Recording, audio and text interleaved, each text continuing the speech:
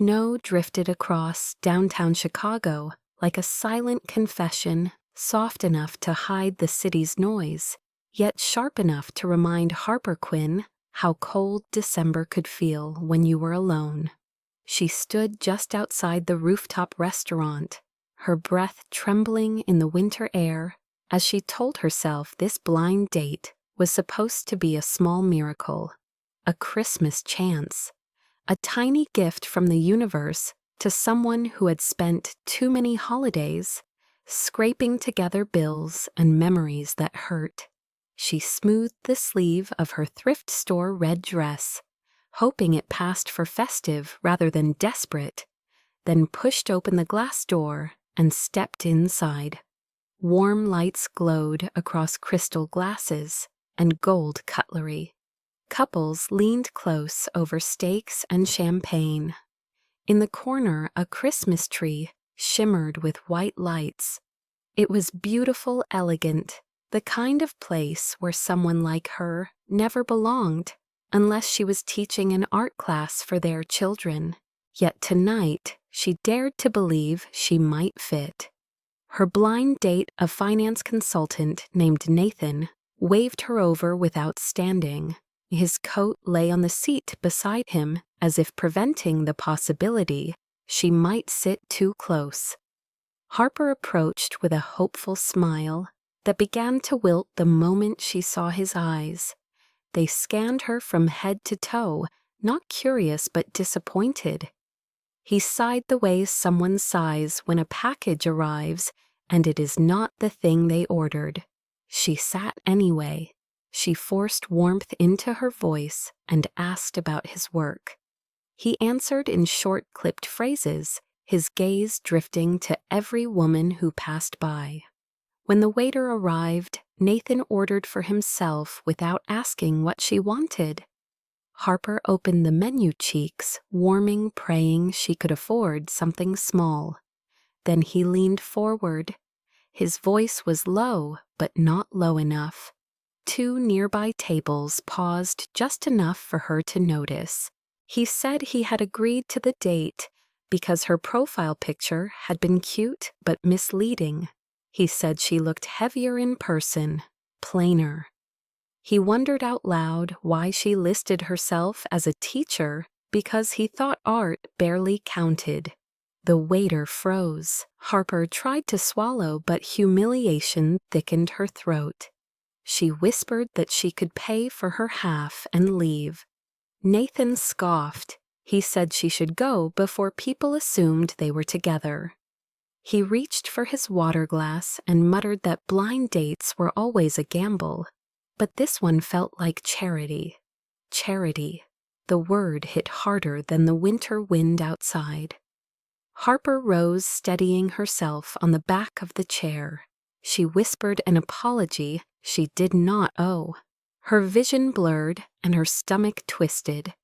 As she turned to leave, her heel slipped on melted snow, tracked in from the balcony. Her hand shot out, catching the edge of a table. A couple gasped. Someone laughed softly. Heat roared up her neck, flooding her chest. She stumbled toward the exit, desperate to escape, before tears fell. But then a deep voice cut through the restaurant like a slow, steady chord. "Excuse me." She froze. Conversations around her faded. The voice came from a man sitting alone near the window, half hidden in the glow of city lights. His suit was midnight blue, tailored to shoulders that looked carved rather than sewn. Snowflakes clung to his dark hair, as if even the storm outside wanted to touch him. Harper had not noticed him when she walked in. Now she could not look away. He stood. Every movement was controlled, deliberate, the kind of grace belonging to someone who had lived his whole life in rooms like this. Yet his eyes held something unexpectedly human, something wounded. He walked toward her with a quiet confidence that made Nathan shrink slightly in his seat. The stranger stopped beside Harper, close enough for her to smell winter on his coat. He did not look at her the way Nathan had. He looked at her as if seeing something true, something rare. He asked if she was all right. His voice was warm but threaded with a warning meant for anyone who had hurt her. Harper managed a nod. Nathan scoffed again, louder this time, asking why a man like him would bother rescuing someone like her. The stranger turned slowly. His expression did not change, yet the air shifted. People sat straighter. The waiter stepped back. A manager appeared near the bar. Harper's heart thudded.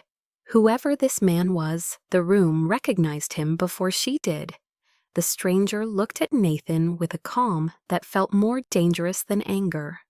Then he returned his gaze to Harper. His eyes softened. He extended his hand, almost a question. Then he said words so calm and startling they sliced through the humiliation, still burning her cheeks. "Will you be my wife?" The restaurant went silent. Harper felt the world tilt, Chicago lights bending behind him like a halo. She opened her mouth, but no sound came. She could not tell if this was rescue or madness or something else entirely. The stranger waited, eyes steady, as if the snow outside had paused midair just for her answer. Harper Quinn had grown up in the South Side of Chicago, a neighborhood that teetered between resilience and struggle, where every winter seemed to come with an extra layer of worry. Her mother worked long shifts as a nurse, and her father had passed when she was just 12, leaving a quiet ache in her heart that never fully healed. From a young age, Harper found solace in painting in the strokes of color that allowed her to create worlds she could control. Unlike the one outside her window that often felt too sharp, too unfair. She had dreamed of studying at prestigious art schools, of traveling to Paris or New York, of exhibiting her work in galleries with glittering lights and polite applause. Instead, reality had pressed her into a small studio apartment, teaching art to neighborhood children, scraping together enough to cover rent, food, and her mother's medical bills. Her days were full of chalk dust, paint-stained hands, and smiles she gave willingly even when her own heart ached. Yet every holiday season reminded her of what she lacked, of dinners with missing family members, of empty stockings, and of lonely nights spent watching city lights blur through frosted windows. Harper carried this quiet melancholy into every blind date, every attempt at normalcy, believing that maybe this time someone would see her not for her modest background, but for the heart she carried. She was cautious, yes, but tonight she had dared hope. Adrian Wolfe had grown up in a world Harper could only imagine. At 34, he was the CEO of Wolfe Financial Technologies, a company that dominated the financial sector in Chicago and beyond. He lived in a penthouse that overlooked Lake Michigan, a glass and steel fortress of wealth and control, filled with minimalism and perfection. To the public, he was a man untouchable, known for calculated investments, philanthropy announcements, and an almost mythic discretion. Few had ever seen him smile in public. Fewer still had glimpsed the private cracks in the armor he wore. He had lost his wife 3 years earlier in a car accident, a tragedy that had frozen him in a state of quiet withdrawal, making relationships impossible, love inconceivable.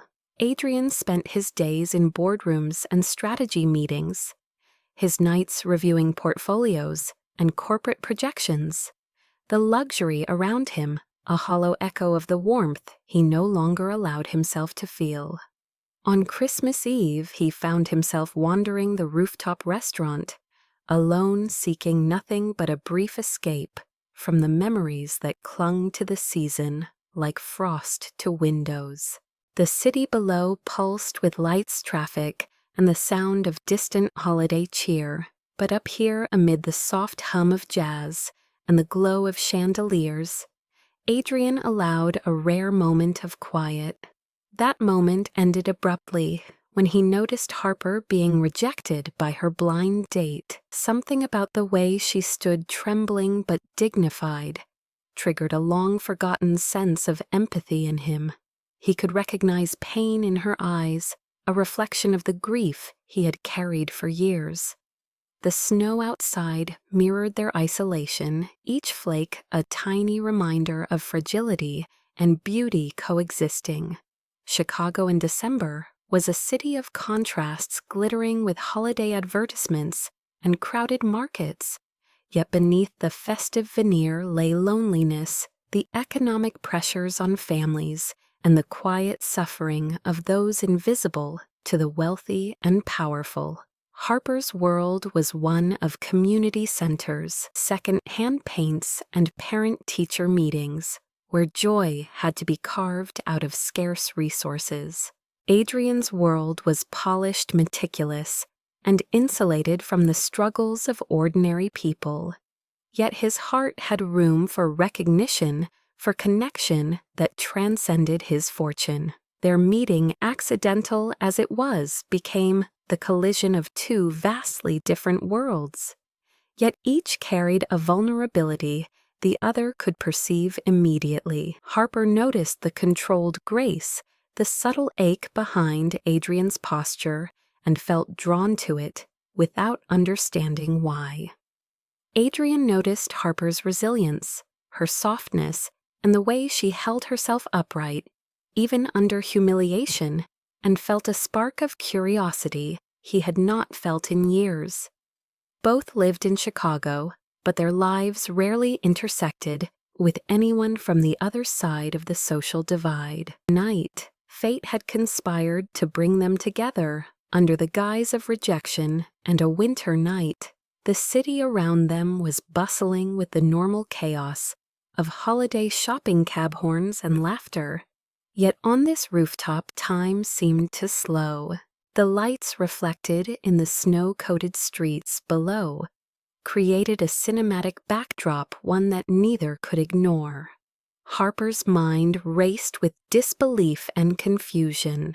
She could not comprehend why this stranger, tall, elegant, and commanding, had approached her, and yet something about him inspired a cautious trust. He did not speak with condescension, with judgment, or with the casual cruelty of her blind date. He spoke as if he could see the woman beneath the surface, the artist, the caregiver, the dreamer, who had long been unseen. Adrian, for his part, felt a rare tug at his heart, the sensation of recognition and connection that years of grief had kept buried. He was struck by her authenticity, by the way she had carried herself, even in the face of embarrassment. He could sense her story in her posture, her eyes, her hesitant movements.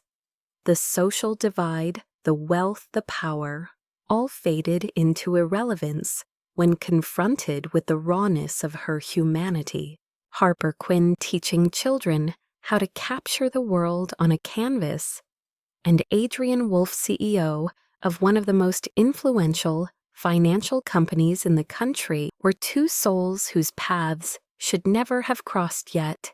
Here they were momentarily aligned by chance loneliness and the quiet promise of something neither fully understood. Snow continued to fall feather-light, covering Chicago streets, rooftops, and passerby, as if nature itself conspired to give them a private stage.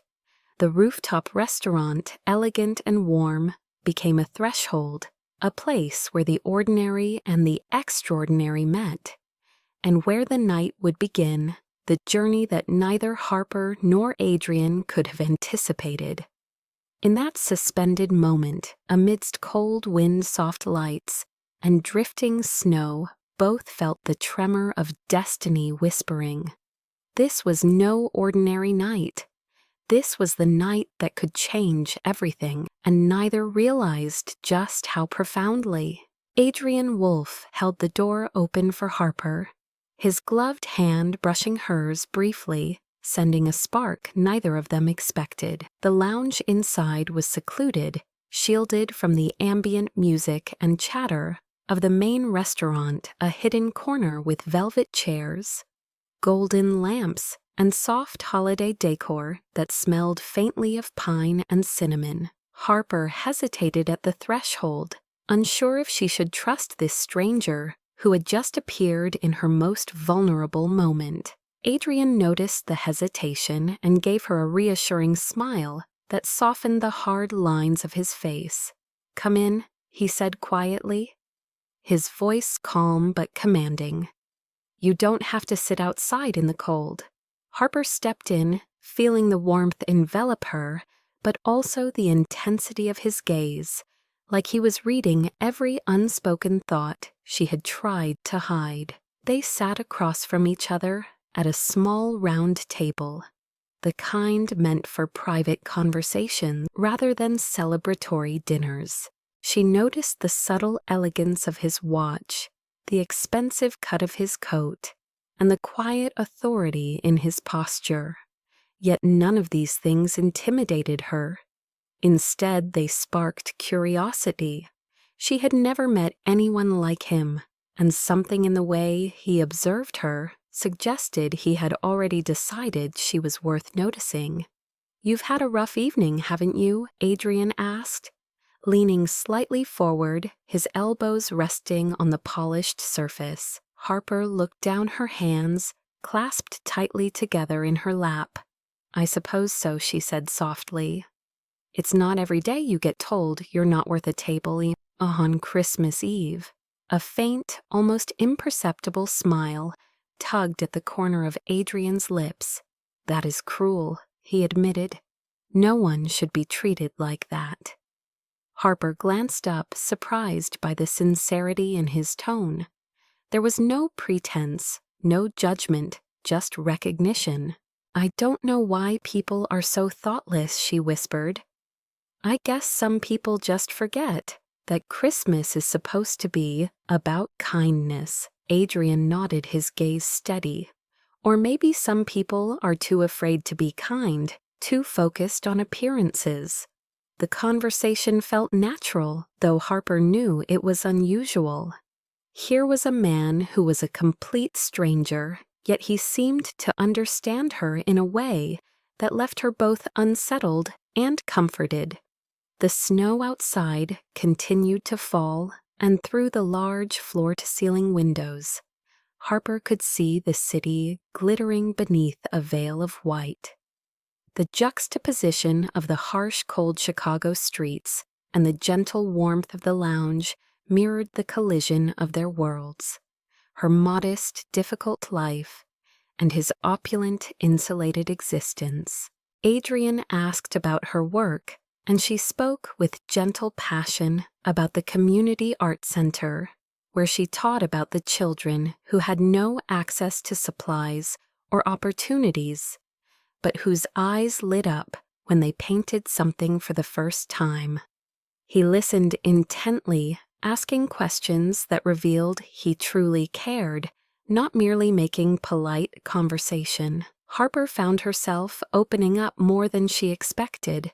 She spoke of her dreams, the exhibits she wished to hold one day, the struggle of balancing responsibility with desire.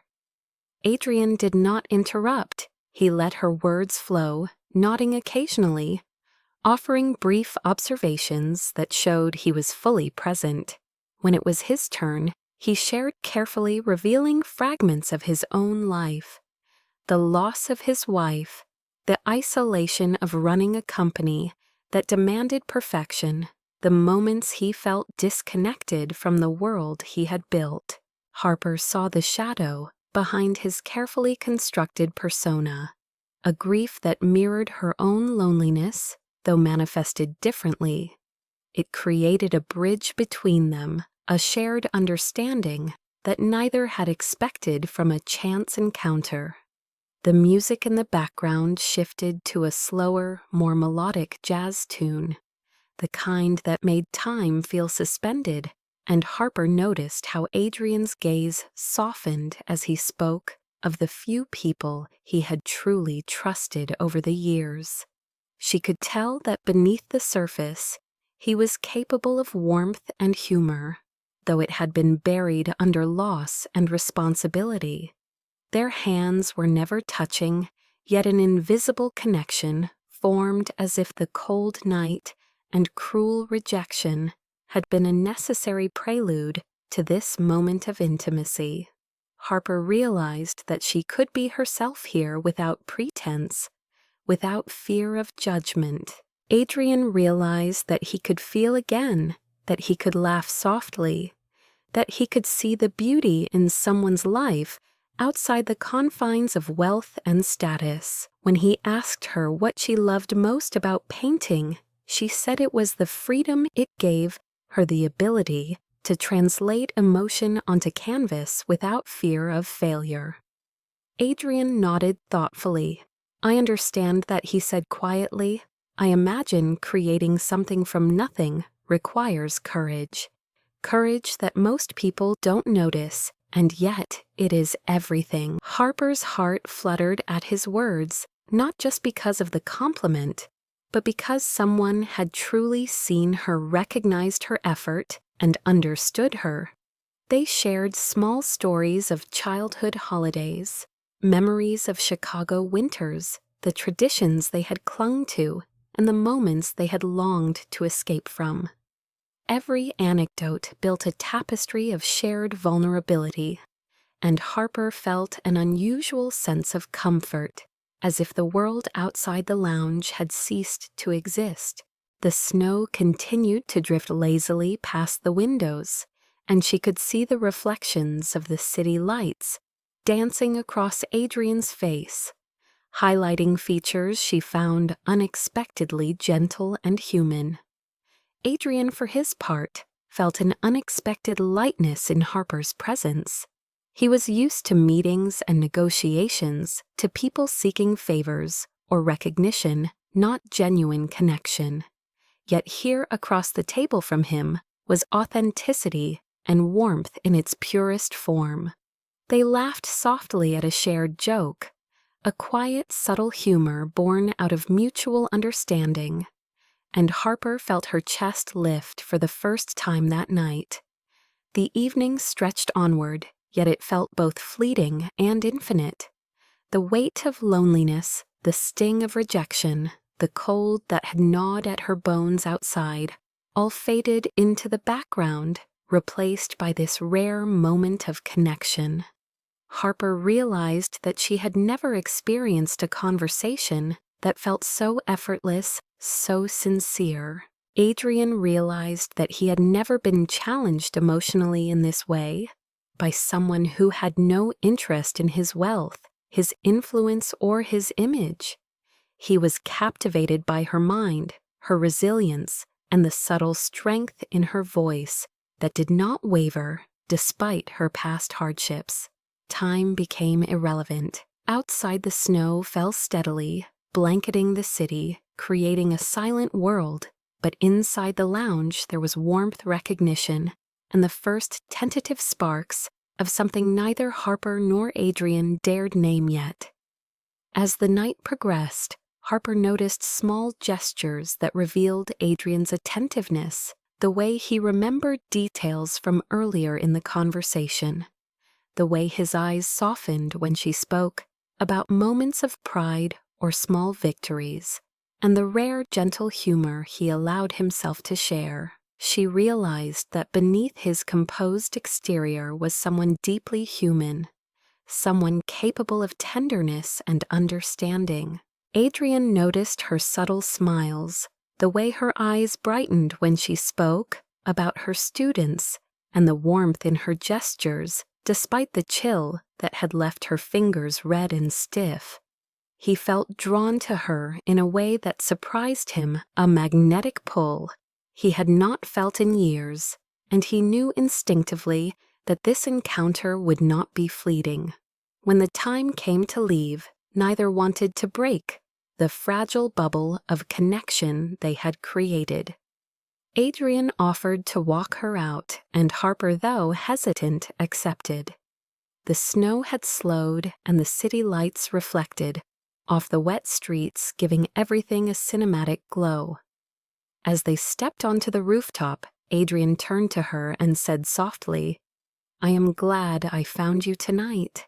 Harper looked up, meeting his gaze, feeling a strange mix of wonder and anticipation, as if the world had shifted, if only for this brief encounter.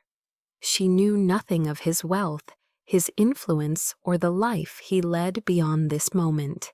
He knew nothing of her fears, her struggles, or the deep yearning she carried in her heart.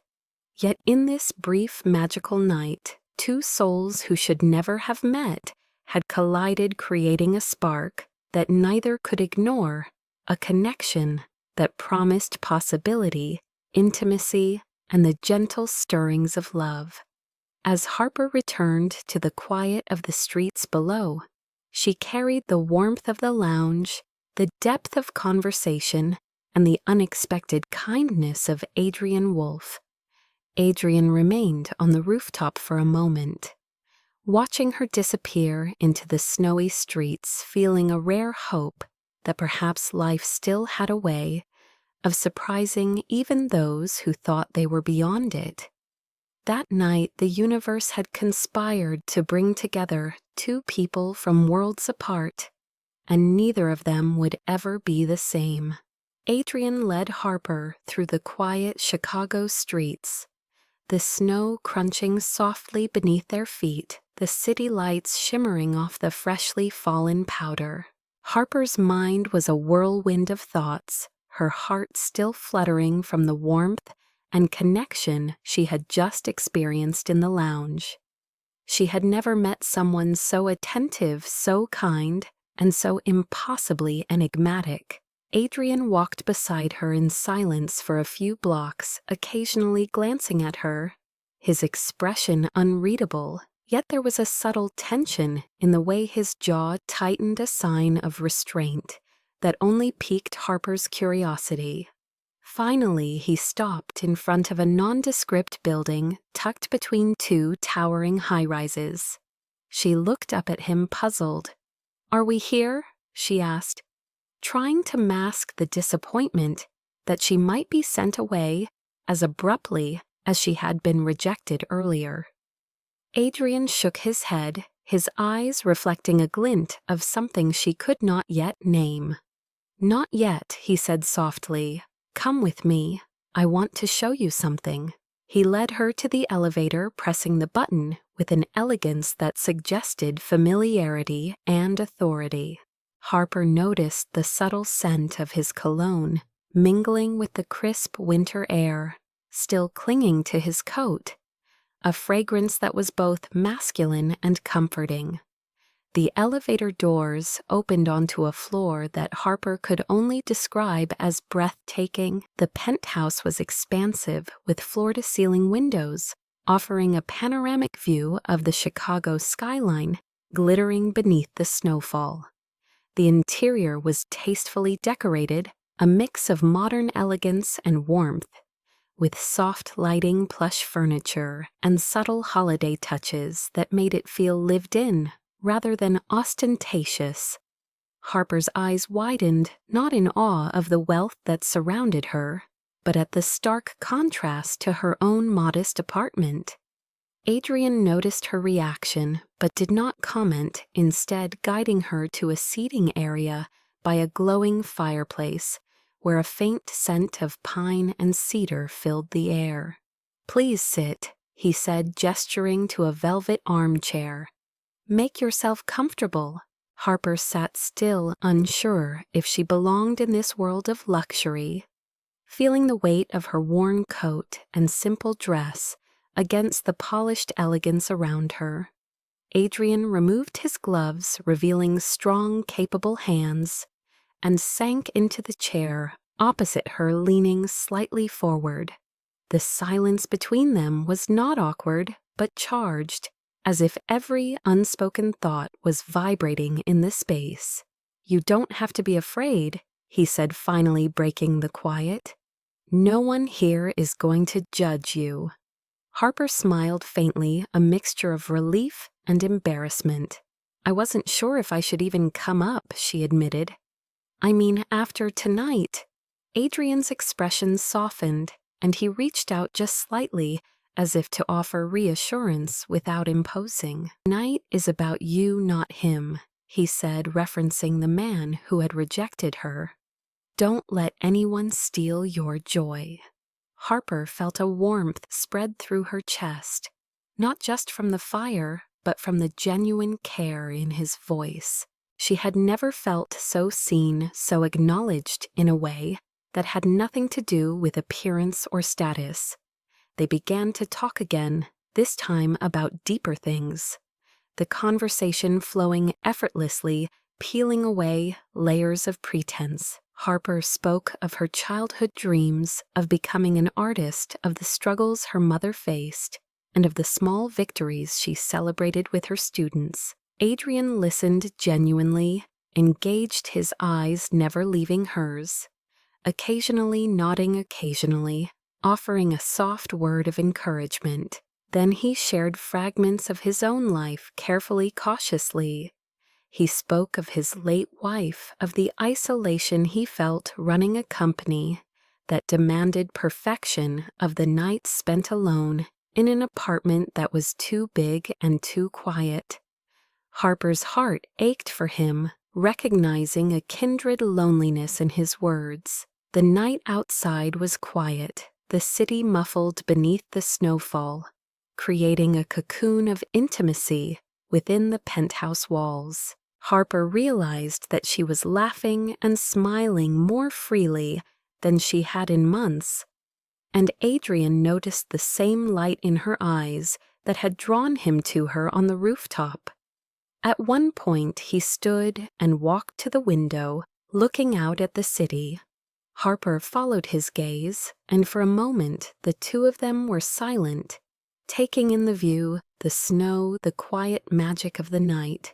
Then he turned to her, his voice softer, almost tentative.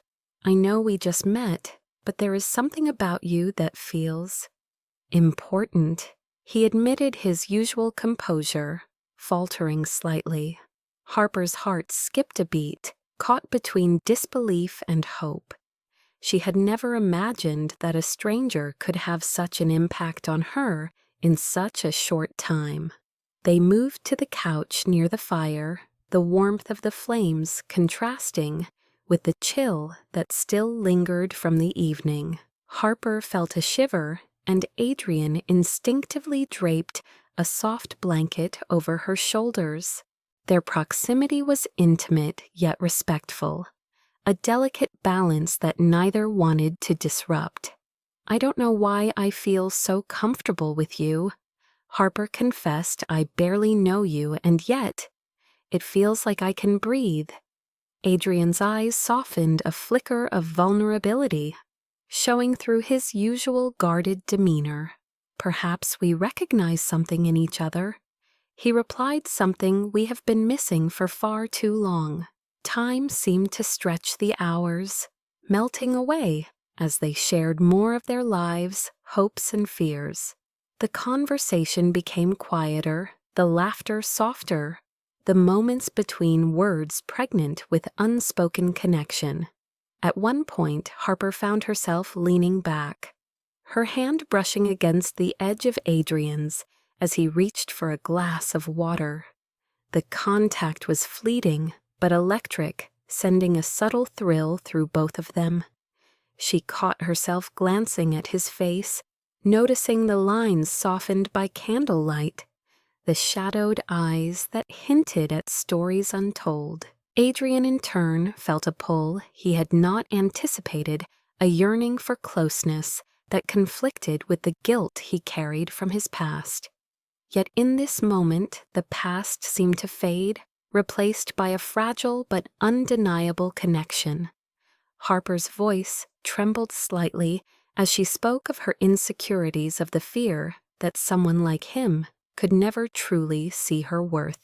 Adrian reached out, placing a steady hand over hers, a gesture that spoke louder than words, offering reassurance and safety.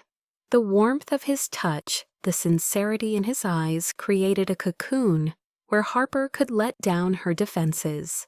As the night deepened, they moved closer to the fire, sharing stories, quiet laughter, and fleeting glances that spoke volumes. Harper realized that this evening had transformed her, that in the presence of someone who truly saw her, the cold and rejection of the earlier hours felt distant, almost irrelevant. Adrian, for his part, was acutely aware of the unusual magnetism between them, the way her presence made the penthouse feel less like a fortress and more like home. The air was filled with a mix of anticipation, vulnerability, and the tender stirrings of attraction. Neither spoke of the next day of obligations or reality. They existed only in the warmth, the firelight, and the rare intimacy of two souls meeting under improbable circumstances. And then, as if compelled by the gravity of the moment, their hands found each other, fully, fingers intertwining naturally, a silent acknowledgement of the bond forming between them. Harper's breath caught, and Adrian felt the weight of his own emotions, a mixture of desire, protection, and reverence. They leaned back, their foreheads nearly touching, a closeness that was both comforting and electrifying. Harper's heart pounded, caught between fear and anticipation, and she realized that the night had shifted irrevocably. This stranger, who had appeared like a guardian angel in the aftermath of humiliation, had become someone central to her evening, perhaps even to her life. Adrian's eyes searched hers, and in that gaze Harper saw an understanding, a promise, a silent question. Could they explore this connection further? Beyond the fleeting magic of one night, Harper nodded slightly, a subtle gesture of agreement and curiosity, and Adrian smiled softly, his hand still holding hers, the warmth of their touch bridging the gap between two worlds that should have remained separate. The snow continued to fall beyond the windows, but inside the penthouse was alive with possibility, with tentative trust, and with the fragile beginnings of something neither of them had expected, yet both silently craved.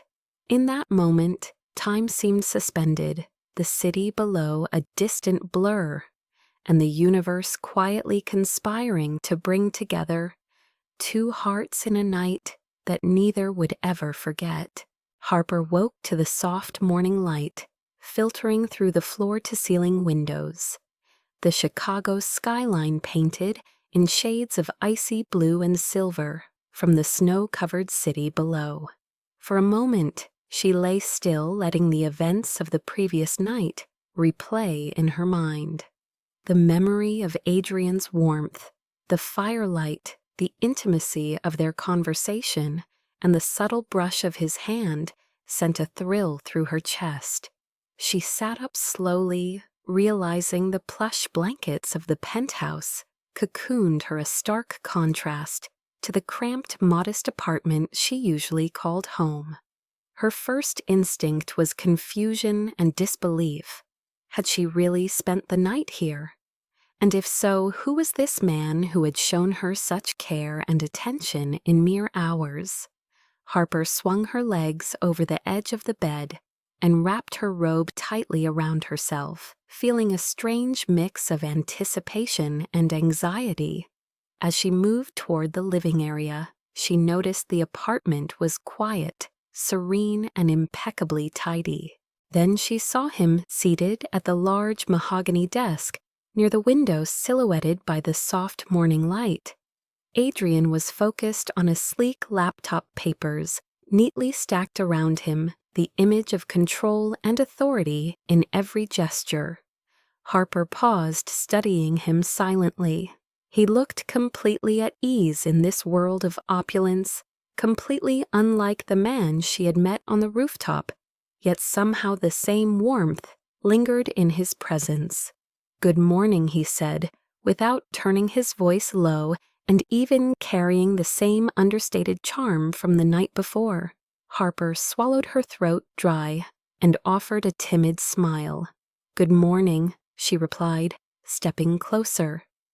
Adrian finally looked up, and for the first time, Harper noticed the subtle cracks in his composed exterior, the way his eyes softened when they met hers, the brief exhale that betrayed a night spent awake, perhaps thinking as much as she had. She glanced around the room, taking in the grandeur, the minimalist furnishings, the polished surfaces, the view that stretched endlessly across the city.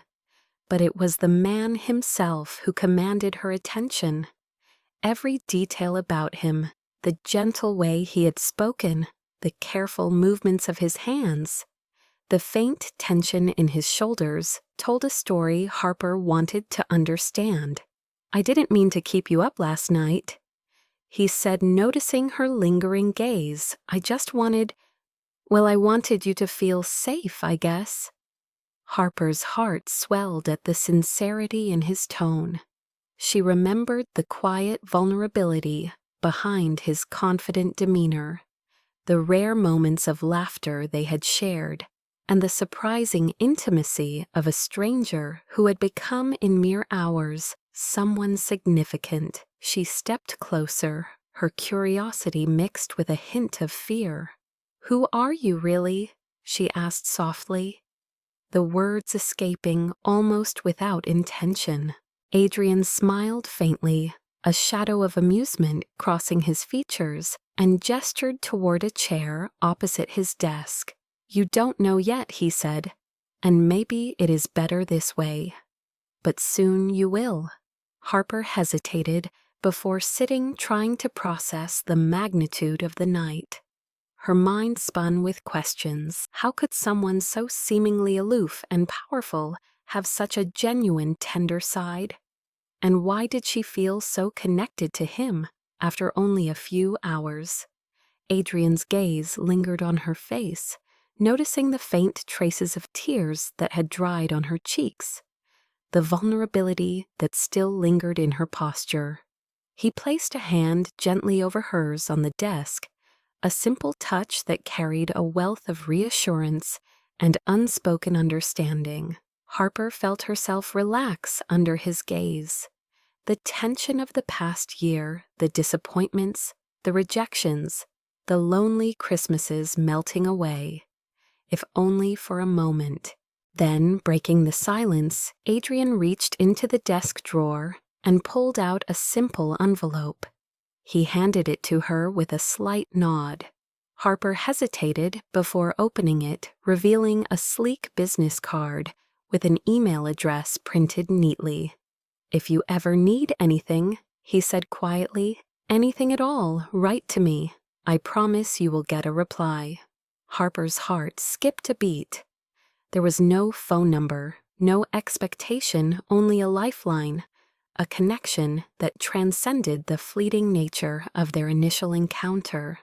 She folded the card, holding it close, feeling a mixture of gratitude, excitement, and uncertainty. Adrian returned to his work, yet she noticed the subtle glances he cast her way, the soft attention that suggested he too was struggling to reconcile the night's intimacy with the reality of their vastly different worlds. Harper rose to leave, feeling the weight of their brief but intense connection. "Thank you for last night," she murmured, her voice barely above a whisper. "It meant more than you know."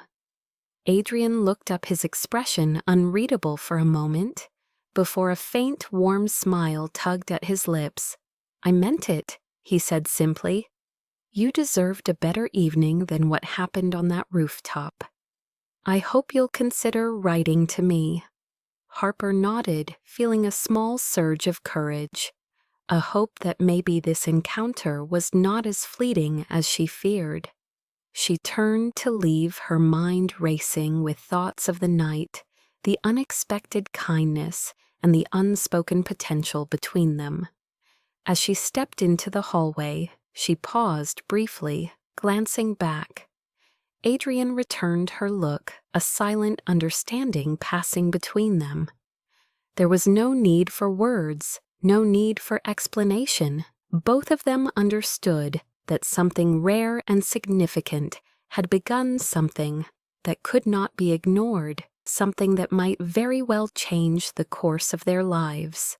Harper stepped into the elevator, the city's morning chill greeting her.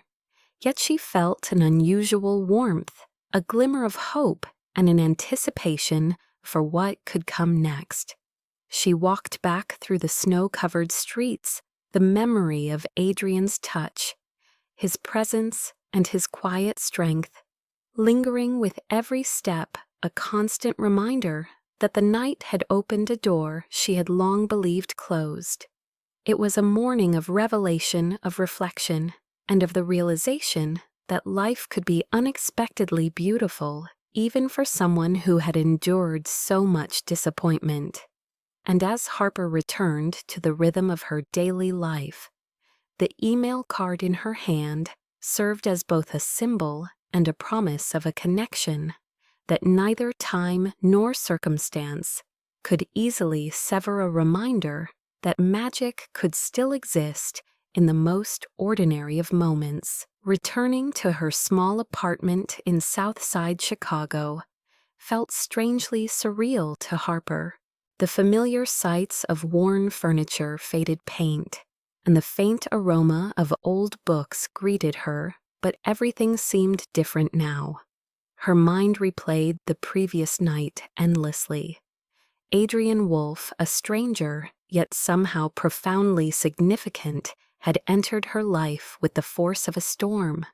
Every mundane detail of her world suddenly felt sharper, every sound more vivid, every interaction tinged with anticipation of what might come.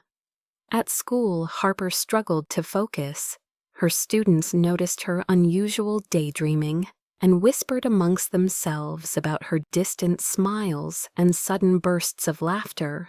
She tried to throw herself into her teaching painting classes, filled with pastel hues and eager children's chatter. Yet the contrast between her modest surroundings and the memories of Adrian's penthouse lingered, distracting her every thought. Each email she sent to him was a gamble, a small step into a world she barely understood. "Thank you for last night," she had typed initially, her fingers trembling over the keyboard. "It meant more than you know." When Adrian replied with brevity but unmistakable warmth, Harper felt a flutter of connection unlike anything she had experienced. Days passed in a mix of routine and longing.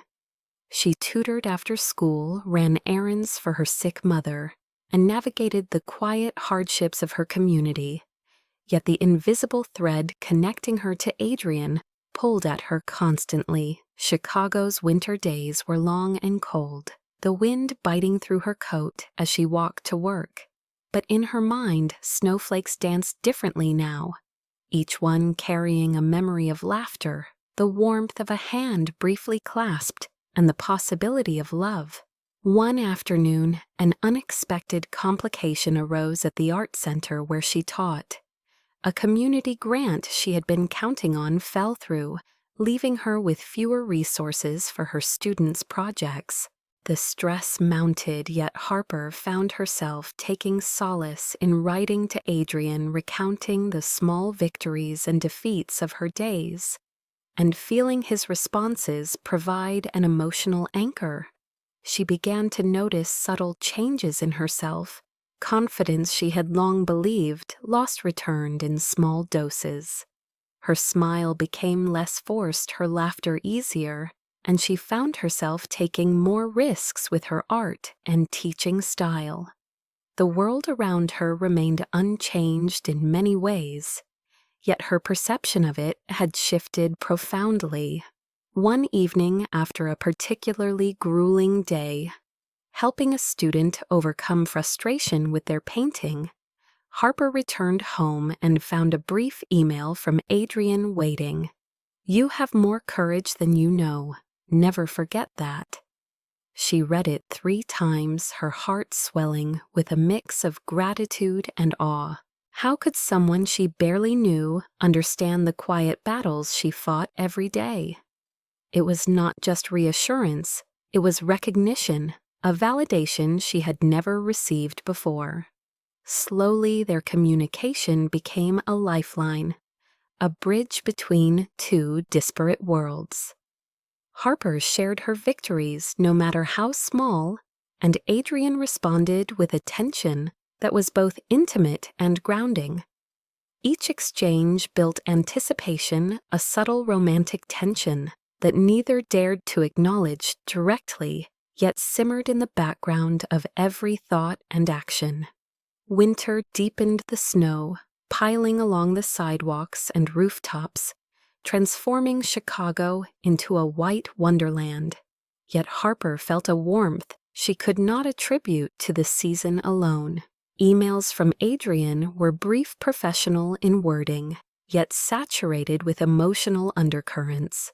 He asked questions about her day, commented on her art, and occasionally included observations that revealed he noticed the smallest details about her personality and mannerisms. Harper treasured these glimpses into his world, glimpses that were at once intimate and tantalizingly elusive.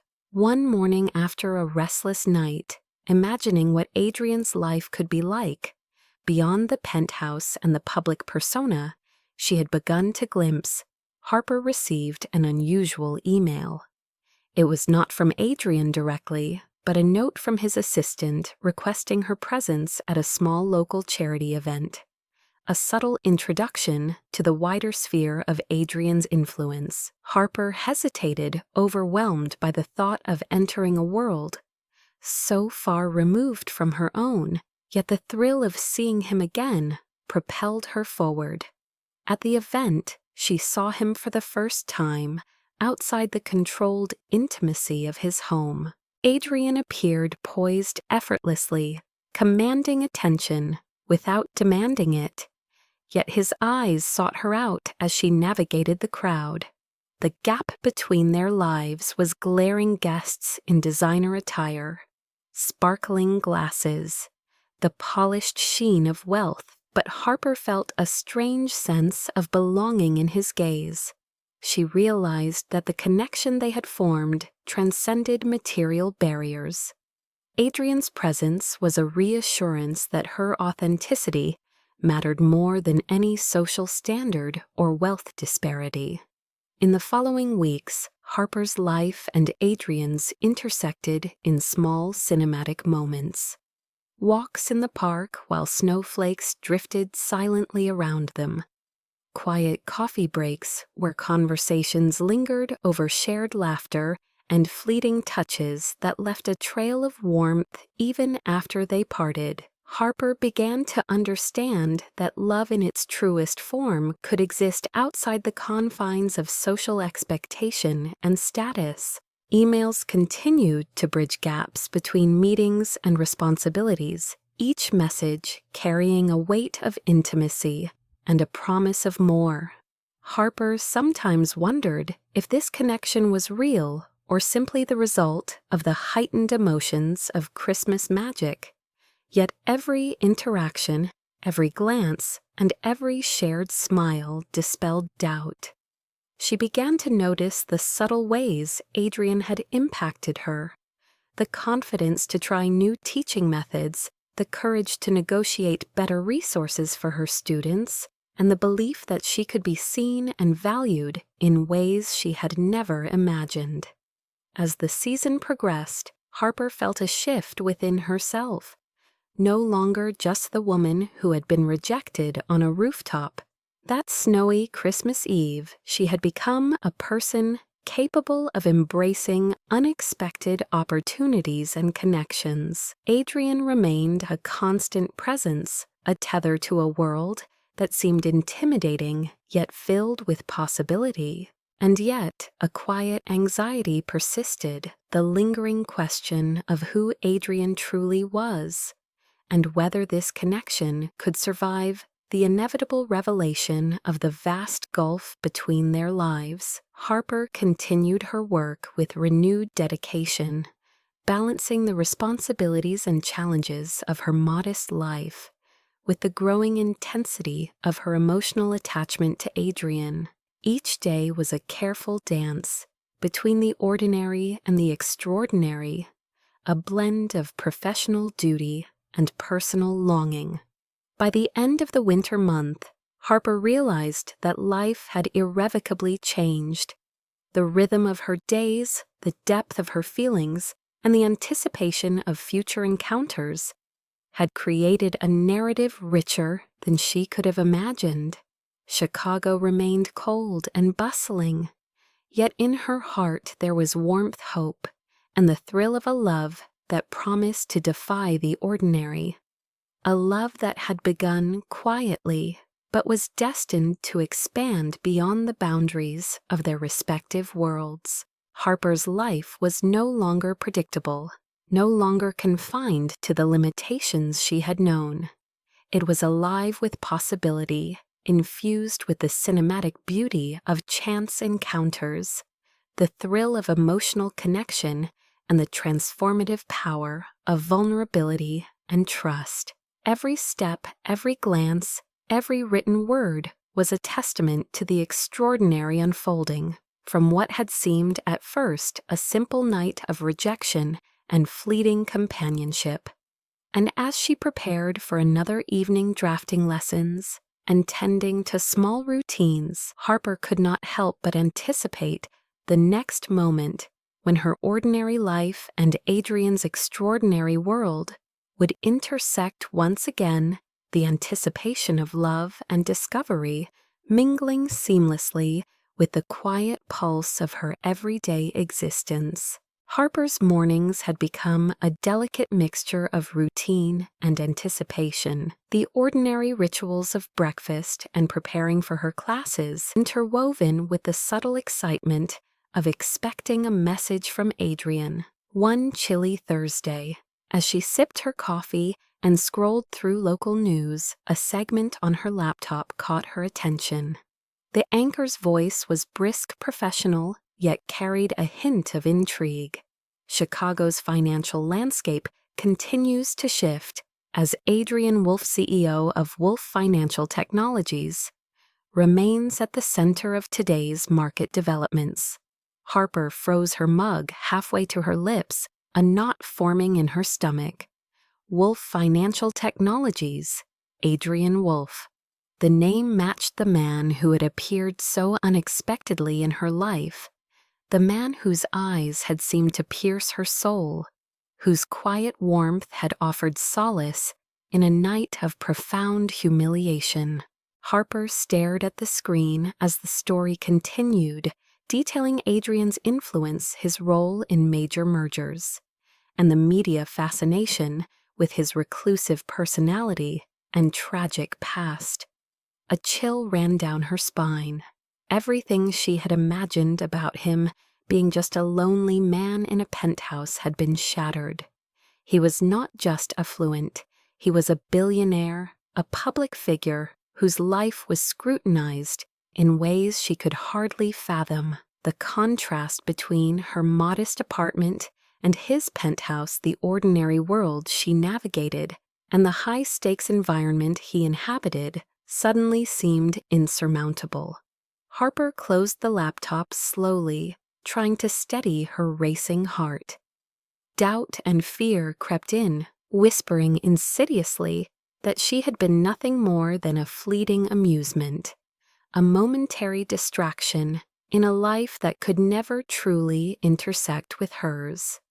The emails that had once brought her comfort now felt fragile, delicate threads that might snap under the weight of his real identity. All afternoon, Harper found herself distracted in the classroom, her eyes lingering on her students' artwork as if searching for some anchor in normalcy. Every brush stroke, every color choice seemed to mock the disparity between her world and Adrian's. She tried to focus, tried to immerse herself in the familiar routines of teaching, but the revelation lingered, coloring every thought. When the final bell rang, Harper hesitated before leaving, lingering in the empty classroom as the last echoes of laughter faded. She replayed the moments of their time together, searching for clues, trying to reconcile the warmth and intimacy of his presence with the vast gulf of wealth and influence that now defined him. That evening she sat by the window, watching snowflakes drift lazily to the ground, each one a small frozen reminder of the night they had met. Her phone buzzed with an email notification.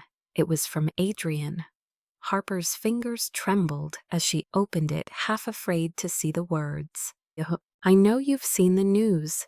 The email began, calm, measured, yet carrying a weight that only deep familiarity could convey. "I need you to understand that none of this changes how I feel about you. What I want, what I need, has nothing to do with status or wealth. It has everything to do with you." Harper exhaled shakily, the tension in her chest easing slightly. But even as relief washed over her, anxiety remained. How could someone like Adrian Wolfe, with the world at his fingertips, see someone like her and genuinely care? She spent hours grappling with her thoughts, trying to make sense of the emotions that churned within her. Part of her felt unworthy, a quiet voice whispering that she was only a temporary figure in a life that operated on a scale she could never enter. Yet another part, the part that had laughed through tears that snowy night, that had felt genuine connection in the warmth of his presence, refused to let go. Harper realized that her feelings were no longer casual. They were profound, tangled with hope and fear, longing and doubt. The next morning she returned to the art center with a new determination, focusing on her students, pouring herself into the lessons, and attempting to ground herself in the reality she could control. Yet her thoughts repeatedly returned to Adrian, to the email, to the realization that the man who had changed her Christmas night was not just a stranger, but someone with a life and status she had never anticipated. She began to notice subtle changes in her perception of him. Every brief memory, every smile, every shared glance now carried a deeper significance. The man who had been a comforting presence was also a figure of immense influence and power, yet he had never let that overshadow the sincerity of their connection. Harper grappled with a whirlwind of emotions. Wonder, admiration, fear, and desire, all intermingled with a deep uncertainty about the path ahead. The knowledge of Adrian's identity created an emotional tension, a dynamic that challenged her understanding of self-worth, love, and possibility. She questioned whether their connection could withstand the scrutiny and judgment of society. The inevitable contrast between her modest background and his public persona. Each day was a delicate balancing act between embracing the joy of their bond and fearing its fragility. Over the next few days, Harper hesitated to respond to Adrian's messages. Feeling the weight of what she had learned, she longed for his presence, his guidance, and his warmth. Yet she feared she might not measure up to the expectations that his world implied. When she finally did reply, her words were careful but honest, revealing both her admiration and her apprehension. Adrian's responses remained patient and affirming, demonstrating a deep understanding and respect for her emotions. In private moments, Harper allowed herself to imagine a future where they could be together, bridging the gap between her world and his, where love and authenticity prevailed over societal expectations. She pondered the sacrifices, compromises, and courage that would be required to navigate such a union. Yet the idea no longer seemed impossible, merely challenging. Each email, each exchange, strengthened the invisible bond, transforming it from a fleeting connection into a relationship rooted in emotional depth, trust, and an undeniable attraction that defied reason. Harper realized that knowing Adrian's truth did not diminish the magic of their initial encounter. Rather, it highlighted the rarity and authenticity of the connection they had forged. She understood that the emotional resonance, the shared vulnerability, and the unexpected intimacy were real and potent, capable of withstanding the shock of revelation and the disparities of their respective lives.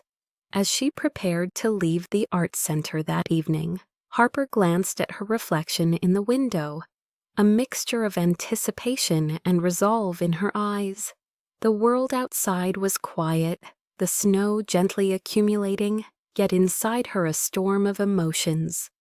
Brewed hope, fear, love, and courage intertwining. She understood that the path forward would be neither simple nor predictable, but it was a path she was willing to explore. Harper's heart beat with a mixture of trepidation and excitement, aware that the truth about Adrian Wolfe had changed everything, yet also opened the door to a deeper, more meaningful connection. She felt a readiness to embrace whatever challenges and joys lay ahead, trusting that the bond they had established, though tested by revelation, was strong enough to endure and grow. The night ended with her standing silently at the window, watching the city lights shimmer through the falling snow, a quiet determination settling within her. She knew that the next encounter with Adrian would be pivotal, shaping not only the course of their relationship, but also her understanding of love, self-worth, and the extraordinary possibilities that could emerge from the most unexpected moments of life. The morning Harper returned to the art classroom, she felt a quiet unease, a mixture of anticipation and anxiety she could not explain. Her students were energetic, their laughter echoing off the walls, decorated with colorful paintings and sketches. But Harper's mind kept wandering to Adrian, to the emails that had brought warmth amid uncertainty. She had barely set her supplies down when the door opened and a tall figure appeared in the threshold. Harper froze brush in hand, her heart skipping a beat. It was Adrian. He looked exactly as she remembered, gray overcoat, tailored pants, and a presence that seemed to command the room without effort. The students glanced curiously at the newcomer, sensing the unusual tension. Harper's pulse quickened. She had expected a message, maybe a call, but never him appearing in person. Adrian's eyes met hers, calm yet searching, and he took a slow step forward, closing the space between them. "Harper," he said, his voice low, carrying both urgency and tenderness, "why did you disappear?" His words were simple, but the weight behind them made her chest tighten. Harper looked down at her hands, the bristles of the brush scratching lightly against her palm, a feeble shield against the emotions swelling inside her. I didn't know if I should," she admitted, her voice barely above a whisper, betraying the vulnerability she tried to hide. Adrian's expression softened. He moved closer, his presence filling the room without overpowering the children. Yet every nerve in Harper's body was acutely aware of him. He crouched slightly to meet her eye level, and his hand hovered briefly in front of hers, an unspoken offering of connection. "I don't care about the distance between our worlds," he said quietly. "I don't care about the news stories or the status. I care about you."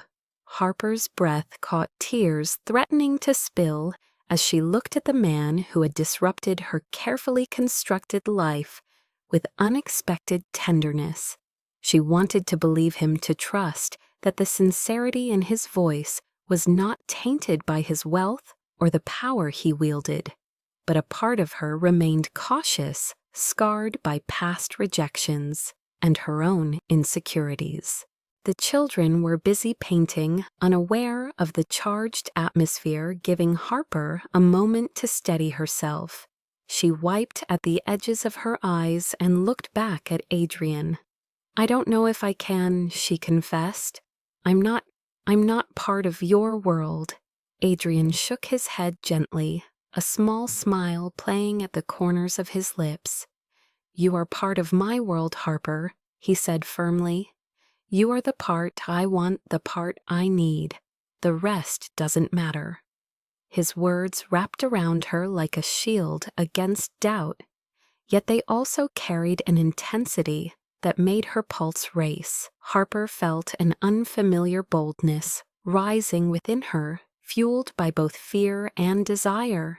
She realized that she had been underestimating her own worth, letting the disparity in their social standing dictate how she valued herself. Adrian took another step closer, the subtle fragrance of his cologne mingling with the crisp winter air drifting through the open window. He reached out gently, brushing a strand of hair from her face, his touch deliberate and tender, an unspoken promise of care. Harper's lips parted slightly, the heat rising to her cheeks as she felt the sincerity in his gesture. "I need you to know," Adrian continued, his voice unwavering, "that I am not here for appearances. I am not here for the thrill or novelty. I am here for you, Harper, for who you are." The weight of his confession settled over her, and Harper felt tears welling again, a mix of relief, joy, and lingering disbelief. She wanted to speak, to pour out the fears and hopes that had been confined within her. Yet words seemed inadequate in the presence of such raw honesty. Adrian sensed her hesitation, and without breaking eye contact, he took her hand in his firm yet gentle, grounding her in the reality of the moment. "Come with me," he whispered, leaning slightly closer so that only she could hear just for a weekend. "Let me show you that we can exist together, that this what we have doesn't have to be fleeting." Harper's heart pounded each beat, echoing the gravity of his request. A weekend seemed simple in words, yet it carried the weight of possibility, the chance to step beyond fear and embrace something she had scarcely imagined possible. She felt the warmth of his hand, the steadiness in his gaze, and the sincerity that had threaded through every encounter since that fateful Christmas night. The students continued their artwork, oblivious to the profound exchange unfolding between their teacher and this enigmatic man. Yet Harper felt as if the entire room had narrowed to just the two of them. She drew in a shaky breath, searching her heart for courage. The walls she had built to protect herself, the doubts that had tethered her to caution, began to crumble in the face of his unwavering certainty. A weekend, she echoed softly, testing the words on her tongue, tasting the possibility, the thrill, the danger, and the hope intertwined within them. Adrian nodded, a subtle smile of encouragement lighting his face. "A weekend," he affirmed, squeezing her hand lightly, as if to seal the unspoken promise between them. Harper allowed herself to imagine leaving the classroom, stepping into his world, yet still carrying her own, her roots and her passions intact. It was not just about escaping, it was about exploring the potential of a connection that transcended fear, expectation, and social convention. Adrian straightened his presence, commanding yet inviting, and gestured toward the door. Harper followed her heart, racing each step a tentative affirmation of trust and courage. The snow had begun falling again, outside the flakes drifting lazily, creating a serene contrast to the storm of emotion within her. As they exited the building, the city lights reflecting off the glistening streets, Harper felt a sense of surreal anticipation. Adrian's hand remained warm around hers, a tangible reassurance that the choice to follow him was not only welcomed, but desired. Each step carried both trepidation and exhilaration, a mixture of anxiety and hope that left her breathless. Harper glanced at him, the depth of his eyes reflecting an understanding and patience she had never encountered.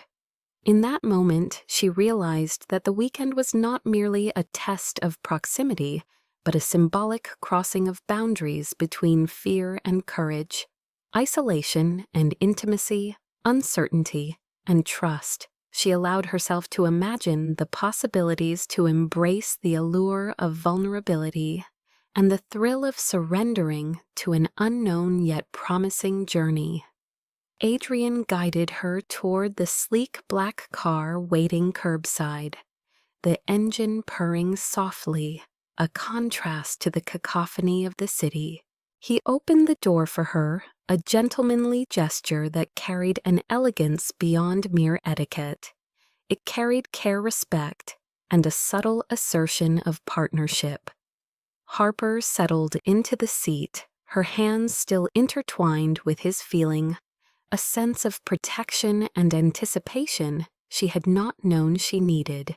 As the car pulled away, gliding through the snow-dusted streets, Harper allowed herself a quiet smile. The weekend ahead promised revelation, adventure, and perhaps the first true understanding of what it meant to be seen, valued, and loved unconditionally. She realized that Adrian's unexpected appearance, his unyielding sincerity, and his invitation to step into a shared experience were not just a challenge, but an opportunity to rewrite the narrative of her life, to embrace the magic that had begun on a cold Christmas night, and to see where this extraordinary connection might lead. Harper felt her heart expand with cautious optimism, a tentative hope that the impossible could be real, that love could bridge the worlds they each inhabited.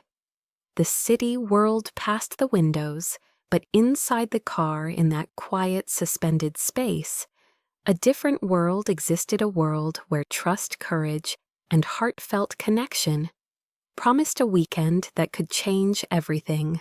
The flight to New York felt surreal to Harper, a whirlwind of anticipation and nerves, wrapped in the soft hum of the private jet. Adrian had insisted on this weekend getaway, a spontaneous adventure he promised would not be rushed, but would allow them both to explore a connection neither had anticipated. Harper looked out the window as the city lights of Chicago faded behind them, replaced by the vast darkness below, dotted with the first hints of distant towns. Her hands were folded in her lap, yet they tingled with anticipation, a constant reminder of the man sitting beside her, whose presence seemed to occupy every part of the cabin. Adrian uncharacteristically relaxed for someone who controlled a multi-billion-dollar enterprise, kept stealing glances at her, a quiet smile tugging at his lips. "Are you nervous?" he asked, breaking the gentle hum of the cabin. Harper glanced at him, a blush rising, and shook her head slightly. "A little, but mostly excited." Adrian's eyes softened. "Good. You should feel excitement. You deserve it." The words settled over her like a warm blanket, a reassurance she had not realized she was craving. The journey to New York was not just physical. It was a symbolic crossing, a passage from the predictable to the unknown, from caution to discovery, and Harper felt every emotion acutely. When they landed, the city greeted them with its usual chaos and energy, the streets alive with people rushing through their lives, holiday lights twinkling across storefronts, and the distant sounds of traffic merging with festive melodies. Adrian had arranged for a penthouse in Soho, a place that felt intimate despite its grandeur, and Harper's eyes widened as they stepped into the airy, light-filled space. Floor-to-ceiling windows framed the skyline, and she could see the rooftops dusted with snow. The apartment was stylish without being ostentatious, warm in a way that invited comfort rather than intimidation. Harper took a tentative step inside, and Adrian followed, letting her explore, while observing her reactions quietly. "This is incredible," she murmured, her voice a mixture of awe and disbelief. Adrian merely nodded, not needing to boast or explain his satisfaction coming from seeing her reaction. The evening began with a walk along the snowy streets, their hands brushing occasionally, the contact electric yet tender. Adrian spoke little at first, letting Harper take in the sights, but gradually conversation flowed effortless and genuine. They shared stories about their childhoods, their dreams, and the ways life had unexpectedly steered them off course. Harper found herself laughing in a way she hadn't for years, the sound blending with the city's energy. Adrian listened intently occasionally, teasing gently a soft vulnerability, revealing itself through his carefully constructed composure. That night they dined at a small, cozy Italian restaurant, tucked away from the bustling avenues. The warmth of the room, the scent of fresh bread, and the soft candlelight set a cinematic stage for intimacy. They spoke of dreams, not yet fulfilled regrets, carried quietly, and desires they had never voiced to anyone else. Harper revealed her lingering insecurities, the self-doubt that had followed her since childhood, and Adrian in turn shared the lingering shadow of loss from his wife's death. The conversation was heavy, yet comforting, each admission building trust and deepening the connection that had begun on that cold rooftop in Chicago. Later they strolled through a park, snow crunching underfoot, and Harper felt a sense of freedom, the city lights glinting off the icy paths reflecting in her eyes. Adrian turned to her, his gaze penetrating, and said softly, "You make me want to live again, Harper.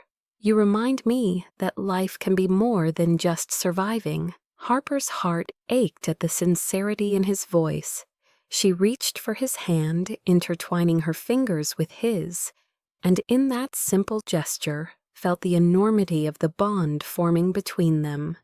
As the evening drew on, Adrian suggested they return to the penthouse, and Harper followed, anticipation and curiosity mingling in her chest. The apartment seemed more intimate now, the city skyline glowing through the glass as they entered. Adrian poured 2 glasses of wine, handing one to Harper, and they sat by the window, the world outside, moving with indifference to their private bubble. They talked long into the night about art ambition and the possibility of futures previously unimaginable. The air between them grew heavier, with unspoken desires, the chemistry undeniable, yet tempered by respect and cautious anticipation.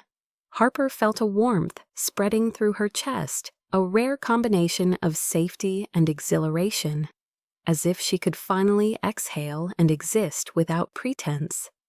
Adrian's hand brushed hers, occasionally, each touch, deliberate, sparking a current that both terrified and thrilled her. As midnight approached, they stood together by the window, gazing at the fireworks bursting over the East River, the colors reflected in their wide, awed eyes. Harper felt herself trembling, not from the cold, but from the magnitude of the emotions stirring within her. Adrian's arms slid around her waist, drawing her close, the warmth of his body anchoring her in the moment. They did not speak words unnecessary, as the silence wrapped around them like a cocoon of understanding and shared awe. Then, as the clock struck midnight, Adrian turned to her, his expression open and raw, and whispered, "May I?" before leaning in. Harper felt the impact of that first kiss, electric and tender, a mixture of longing relief and burgeoning love. It was a kiss that spoke of promises of new beginnings and of a connection that neither distance nor fear could sever. They pulled back slightly, foreheads resting together, breathing in sync, the world outside momentarily forgotten. Harper realized that this weekend, this journey into an unknown city and into the depths of Adrian's world, had unveiled something powerful within her, a courage to love, to trust, and to embrace vulnerability. Adrian looked at her, his eyes glinting with both mischief and sincerity, and said softly, "You are the first person who makes me want to move forward, Harper. Not to escape, not to hide, but to truly live." Harper smiled through tears, overwhelmed by the intensity of the moment. The city lights, the snow falling softly outside, and the warmth of his presence created a tableau she would never forget. The weekend continued with small adventures, strolls through art galleries, quiet moments in cafes where they shared pastries and whispered secrets, and nights on the penthouse balcony watching the city breathe. Each experience revealed layers of their personalities, vulnerabilities, and desires, solidifying a bond that seemed both improbable and inevitable. Harper felt herself becoming part of Adrian's world without losing her own, and Adrian learned to appreciate the simplicity and authenticity of Harper's life, realizing that wealth and status could never replace the richness of genuine connection. By the final evening, they were inseparable, the initial tension and nervousness replaced by a fluid intimacy that left them both breathless. They shared stories, laughter, and quiet confessions, building a foundation of trust and affection. When Adrian reached for her hand once more, his fingers intertwining with hers, Harper felt a certainty she had never imagined possible. The weekend in New York had not only revealed the depth of their attraction, but had allowed them to truly see each other, to recognize the shared humanity and vulnerability that formed the core of their connection. Standing together on the balcony overlooking the glittering cityscape, Harper leaned her head against Adrian's shoulder, feeling the solidity of his presence and the warmth of his embrace. The city lights shimmered below, but the true illumination came from the love and understanding they had discovered in each other. Harper knew that this weekend had changed everything. She had stepped out of her comfort zone, embraced the unknown, and in doing so, had found the possibility of a love that transcended circumstance, wealth, and expectation. Adrian whispered her name, and she turned, meeting his gaze with unwavering trust and affection. In that moment, the fireworks, the city, and the snow seemed to fade away, leaving only the intensity of their connection, a promise that this was not just a fleeting encounter, but the beginning of something profound, passionate, and real. Harper felt a rush of emotion, a mixture of joy, relief, and overwhelming love, knowing that she had found someone who saw her, truly loved her without reservation, and offered her a glimpse of a future filled with possibility and intimacy. They embraced again, the cold night air, unable to diminish the heat between them. The quiet of the penthouse filled with the unspoken promise of a shared life, a bond forged through honesty, courage, and the magnetic pull of undeniable attraction. The weekend had been transformative, a fusion of laughter, tears, and tender moments, leaving both Harper and Adrian changed, yet certain of the powerful connection that now defined them. As they stood together, Harper realized that the journey to New York had revealed not just the city's beauty, but the depth of human emotion, the thrill of genuine intimacy, and the extraordinary power of love when it is allowed to flourish without restraint or fear. The morning after their return from New York, Harper felt an unfamiliar mix of euphoria and unease. The city seemed to pulse around her, but she could not shake the weight of anticipation that had settled deep in her chest. Emails and messages from students and colleagues waited for her, yet her mind lingered on Adrian, replaying every glance, every word, and every brush of his hand. She felt closer to him than anyone she had ever known, yet a quiet tension gnawed at the edges of her happiness. Harper's intuition whispered that something was about to change.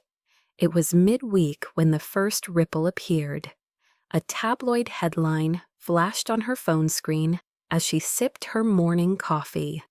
Mysterious billionaire, seen with unknown woman, scandal or secret romance. Her breath caught and her fingers trembled. She opened the article. Photographs captured Adrian walking the streets of Manhattan with a petite brunette in a coat strikingly similar to hers. Her stomach twisted as she read the captions, each more judgmental and sensational than the last. Harper's heart pounded in disbelief and fear. The article implied that she was somehow playing a role in a world she did not belong to, that she was a spectacle rather than a person. She felt exposed, vulnerable, and humiliated. She remembered Adrian whispering that she should trust him, that nothing in her life would need to change to please him. Yet these headlines mocked that promise. Harper spent the next day in a daze at the school, her mind clouded with self-doubt. Every glance, every whisper from colleagues seemed to confirm her fear that she had intruded on a life too glamorous for her. When she returned home, she found an email from Adrian, waiting concise as ever, but carrying the weight of his intent. "I need to see you. Today." Harper hesitated, reading the message over and over. Could she face him after seeing her life painted as a mere accessory to his wealth? She decided to meet him, though her hands shook as she hailed a cab. At Adrian's penthouse, the doorman led her silently to the elevator, their eyes avoiding hers as if the city itself knew the tension that awaited. When Harper stepped into the apartment, she found Adrian standing near the window, hands clasped, jaw-tight, eyes focused on the skyline. He turned at her entrance, and for a long moment neither spoke. The weight of the recent media storm hung heavily in the air. Harper's voice quivered. I saw the article. I don't know. I feel like I don't belong in your world." Adrian stepped closer, his expression a mixture of anger, frustration, and vulnerability. "Harper, that's exactly what I was afraid of. That you would let the world tell you who you are with me instead of trusting us." Harper's lips trembled and tears formed. "I don't want to be a scandal, Adrian. I don't want to ruin everything you've built. I'm just a teacher, just a normal person. How could you even... Why?" Her words trailed off, swallowed by the knot of emotions in her chest. Adrian reached for her hands, holding them firmly, grounding her. "You're not just a teacher. You're not just anything, Harper. You are the person I've been searching for without knowing it. But seeing those headlines, seeing the way they twist everything we have, I understand your fear." Harper looked down, overwhelmed. "I don't want to lose what we have, but I'm scared. Scared that I'm not enough. Scared that people will judge me. scared that I'll disappoint you." Adrian's grip tightened, his voice softening. "You could never disappoint me, but I also need you to understand that I am not asking you to enter a world you cannot handle. I am asking you to be honest with yourself and with me. If you want to step back, I will respect that. I don't want to pressure you." The room fell into silence, the hum of the city below contrasting with the storm raging between them. Harper felt the pull of love, of connection, but also the suffocating weight of self-doubt, amplified by public scrutiny. After a long pause, she stepped back, shaking her head. "I need time, Adrian. I need to think. I can't just pretend everything is okay when I feel so out of place." Adrian's shoulders slumped slightly, the tension leaving his frame replaced by a somber understanding. "I understand. I'll wait, Harper, but I won't stop wanting you. I won't stop believing in us." Harper left the penthouse with a heart heavy, yet strangely relieved. The decision to step back was not a rejection of him, but a step to protect the fragile sense of self she was only beginning to reclaim. The next few days were torturous. Harper tried to immerse herself in work grading papers, preparing lessons, yet every corner of her mind wandered back to Adrian. She replayed the weekend in New York, the laughter, the touches, the kisses, the fireworks over the river, and the intimacy they shared. Meanwhile, Adrian moved through his world with a quiet resolve, appearing in public leading meetings.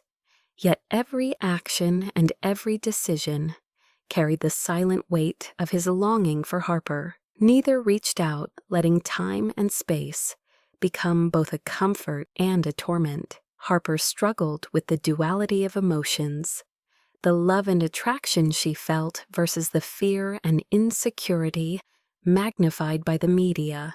The city seemed colder, the streets longer, and even the warmth of her students' laughter could not completely thaw the ache in her chest. Then one evening, a mutual friend reached out, sending Harper a photo taken from the weekend, showing her laughing eyes bright, standing next to Adrian as fireworks illuminated the skyline.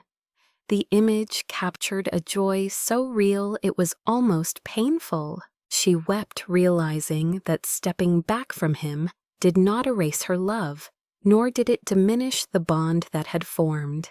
She understood that the world's judgment was transient, but her connection with Adrian was enduring.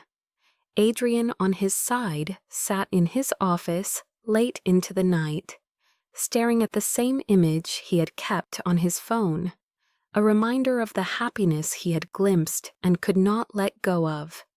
He drafted messages to her, started deleting them, then retyped them, each word weighed with precision and care, until finally he sent a single line: "Harper, I am not letting us go. Whatever you need, however long it takes, I am here." Harper read it, heart-racing tears spilling down her cheeks, a mix of fear and relief battling within. She knew that reconciliation would require courage, vulnerability, and honesty beyond anything she had experienced before. That night she sat by her window, looking at the snow falling softly across Chicago, and whispered into the quiet, "I love him, but I don't know if I can be brave enough." The next morning she returned to the penthouse, finally ready to face the storm of emotions, the uncertainty, and the social pressures. Adrian opened the door, his eyes immediately locking on hers, silent communication flowing between them. Harper took a deep breath and said, "I want to try. I don't want to hide from this, from us." Adrian's face lit with relief and joy, his arms opening instinctively. They embraced tightly with the intensity of months of longing and the unspoken promise that love required bravery, that it required facing misunderstandings and external pressures together. Their reunion was not dramatic, with declarations or grand gestures, but filled with quiet understanding and the recognition that true love is tested in the space between desire and fear. The tabloid headlines were no longer chains. They were reminders of the world, outside inconsequential to the connection they had forged. Harper and Adrian sat together on the balcony, holding hands, the city sprawling beneath them, the snow falling softly. Words were unnecessary. Their hearts spoke volumes. Harper realized that stepping into vulnerability had been the hardest yet most rewarding choice. Adrian understood that patience and respect could nurture love into something deeper than fleeting attraction. They had survived the storm of misunderstanding, fear, and public scrutiny.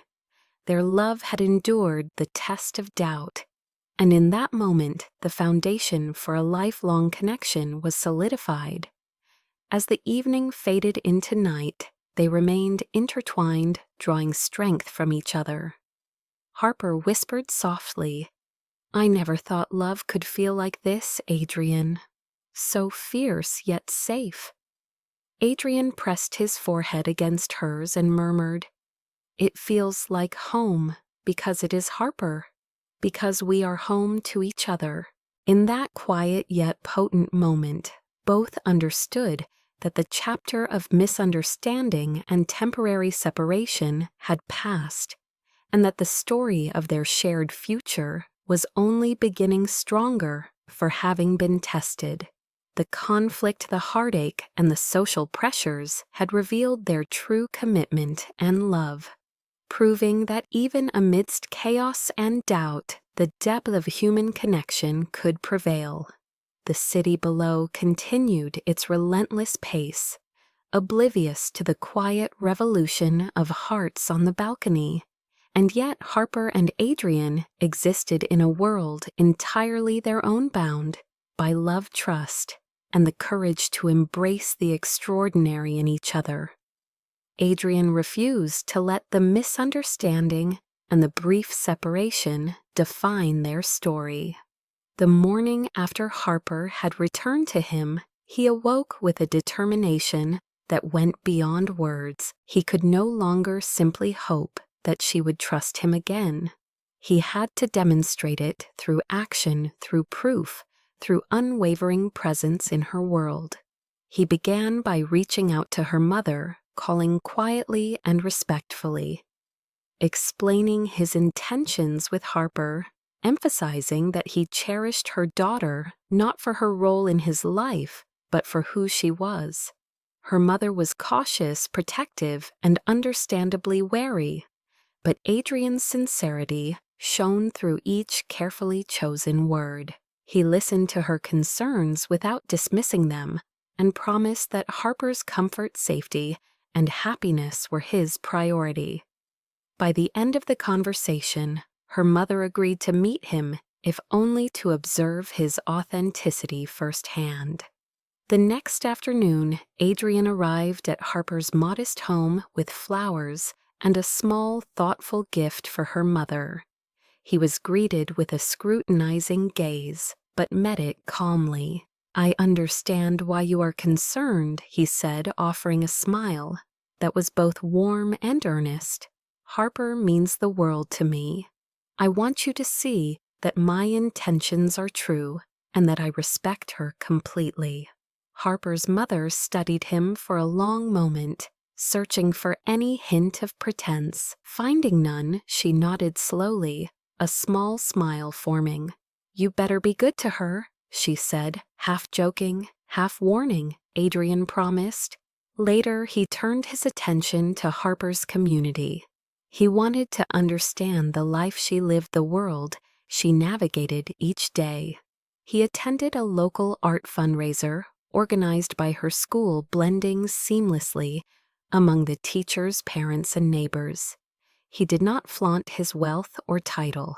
He simply participated, listened, asked questions, and showed genuine interest in the children and the programs Harper had built. Harper observed him from across the room, her heart swelling. Here was a man whose world had been polished and distant, now humbly entering hers to truly see her life, and the people she cared. She realized that this was the first time anyone had not asked her to change or compromise her identity for love. Adrian's efforts extended beyond the public sphere. He personally helped coordinate a donation to improve art supplies at Harper's school, but in a way that highlighted her initiative and leadership rather than his wealth. He wanted the recognition to reflect Harper's work, not his money. Each act, whether public or private, reinforced his dedication and understanding. Harper began to see the depth of his commitment not through grand declarations, but through thoughtful, consistent actions that respected her values and her world. One evening, after a long day organizing the community holiday event, Harper returned home to find Adrian waiting on her doorstep with hot cocoa in hand and a blanket wrapped around his arm. She paused, caught off guard, and asked quietly, "Why are you here again?" He smiled softly, "Because I want you to know that I am here. Not to overwhelm you, not to rush you, but simply to show up. Every time you need me, every time you wonder if I'm truly serious, I will be here." Harper accepted the blanket and the gesture, feeling the warmth of his presence seep into her heart, easing the lingering shadows of doubt. Over the next weeks, Adrian continued to bridge the gap between their worlds, attending Harper's classroom art exhibitions, celebrating small victories with her students, and participating in neighborhood volunteer projects. He made time to speak with her colleagues, showing respect and genuine interest without intrusion, allowing Harper to witness how he integrated into her life without overshadowing it. Each interaction strengthened Harper's trust and love. She realized that love in its truest form required consistency, patience, and humility, qualities Adrian embodied without effort, simply through being present and attentive. Their connection deepened in quiet, meaningful moments, sharing a laugh over a spilled paint palette, guiding children through an art project together, and reflecting on dreams, fears, and past heartaches. Adrian often asked Harper's opinion, listened intently, and deferred to her expertise in ways that demonstrated respect and equality. Harper found herself laughing more freely, loving more boldly, and opening her heart without the shadows of fear that had once held her captive. The redemption was not about grand gestures, but the reclamation of trust, the rebuilding of faith, and the demonstration that love can be nurturing, patient, and profound. Adrian had proven that he was not a man defined by wealth, power, or reputation, but by integrity, empathy, and unwavering devotion. One chilly evening, after Harper had concluded her last lesson of the day, Adrian invited her to join him at the community art space for a small surprise. As she entered the room, she saw students gathered around a newly installed mural depicting scenes of Chicago's skyline, intertwined with whimsical representations of creativity, growth, and hope. At the corner of the mural, in subtle yet beautiful handwriting, was a small dedication to Harper Quinn, whose heart inspires the world. From Adrian. Harper's eyes welled with tears, touched by the thoughtful gesture that recognized her passion, her identity, and her impact. Adrian approached, taking her hands gently in his own. "This is your world," he said softly, "and I am grateful to be welcomed into it. I want to love you in a way that honors you. Harper, not the life I thought I could impose upon you." Harper, moved beyond words, felt the final walls of doubt crumble. She realized that love had not only survived the challenges, but had grown stronger because of them. In that moment, they both understood that redemption was not about erasing past mistakes or misunderstandings, but about demonstrating unwavering commitment, showing respect for individuality, and fostering trust through deliberate, heartfelt actions. Harper leaned into Adrian, and he wrapped his arms around her, their embrace a silent affirmation that their love was real, resilient, and ready to face whatever the world might throw at them. The city outside continued its hum, but within the walls of the art space, a quiet miracle unfolded. Two hearts once tested by fear and societal pressure now beat together with certainty, trust, and the profound knowledge that love, when proven through action, could overcome any obstacle. Harper whispered softly into his chest, "I see you now, Adrian. I truly see you." Adrian kissed the top of her head, a small, tender gesture full of promise. "And I see you, Harper Quinn, more than anyone ever could, always." They stood there surrounded by laughter, color, and the warmth of community, knowing that the path forward would not always be easy, but their love had been proven redeemed and was now unshakable. In that quiet, cinematic moment, Harper and Adrian understood that true love required not only passion and desire, but patience, action, and the courage to show up fully, again and again, without expectation, letting devotion speak louder than any words could. The winter evening was alive with the muted glow of fairy lights strung across the art studio where Harper Quinn had spent countless hours teaching her students to see beauty in the world. Outside, snowflakes drifted lazily from the darkened Chicago sky, adding a cinematic quality to the quiet hum of voices and laughter inside. Harper moved through the room, checking that every child had their materials and that the miniature art pieces were properly displayed for the final Christmas showcase. The warmth of the studio contrasted sharply with the chill that lingered just beyond the glass windows, yet Harper barely noticed.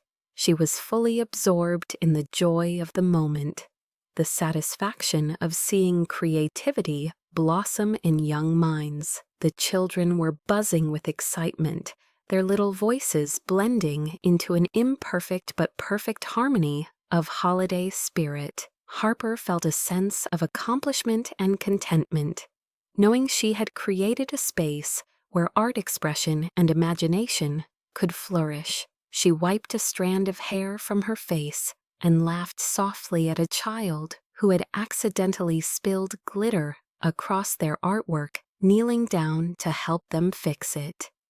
Just as she straightened up, she noticed the soft click of the door opening behind her. The room fell momentarily silent as the children glanced in curiosity, sensing something different in the atmosphere. Harper turned and froze, her heart skipping a beat. There he was, Adrian Wolfe, tall, impeccably dressed, in a dark coat dusted with snow, his presence commanding, yet gentle, standing at the threshold of her studio. Her breath caught in her throat. She had known he would come eventually. She had felt it in the letters, in the thoughtful gestures, in every time he had patiently woven himself into her life.